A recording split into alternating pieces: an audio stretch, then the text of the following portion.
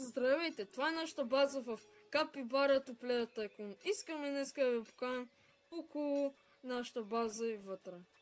Айде. Окей. Тук са цветята, красивите.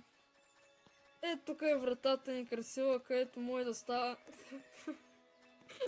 лазер и нормална. Тук си взимаме парите и тук ги правим. Също имаме едни малки капибари, които взимаме пари и те правят пари за нас и ги взимаме като дадат. Това е втората земя. Имаме също още такива, където оранжеви, мангота и също още диамантени капибари и метални, които ги взимаме. Силверен май. Значи и това е бамбуто, което едат в повечето време и се качваме на третата етаж.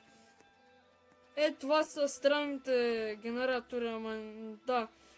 Това е златната капибара и това са тревичните. Те много пари дават. И той пак едат тук. И тук, на той е специално, че има балкон с оръжия, които се бием срещу другите. Сега се качваме горе. Той едно от много където ти дават пари, които има някои капибари, които са колкото нас големи, които много дават. Те тук много струва, много неща правят пари. И тук се сменяш цвета на този балкон, какъв искаш да бъдеш.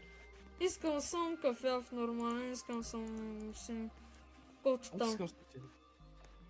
Значи просто трябва нагоре.